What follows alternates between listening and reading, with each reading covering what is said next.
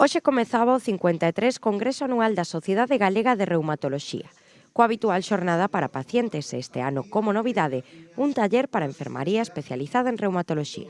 A min gustame contar moitas veces de onde ven a palabra reumatoloxía, porque ven do grego reos.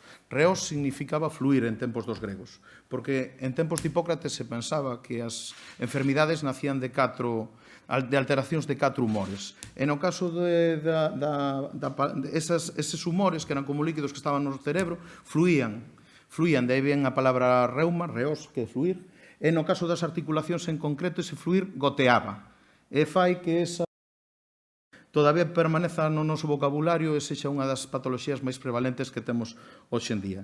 O obxectivo da reunión é actualizar os avances no diagnóstico e tratamento das principais enfermidades reumatolóxicas e está dirixido a todos os reumatólogos galegos, sendo esta a reunión máis importante do ano para a especialidade.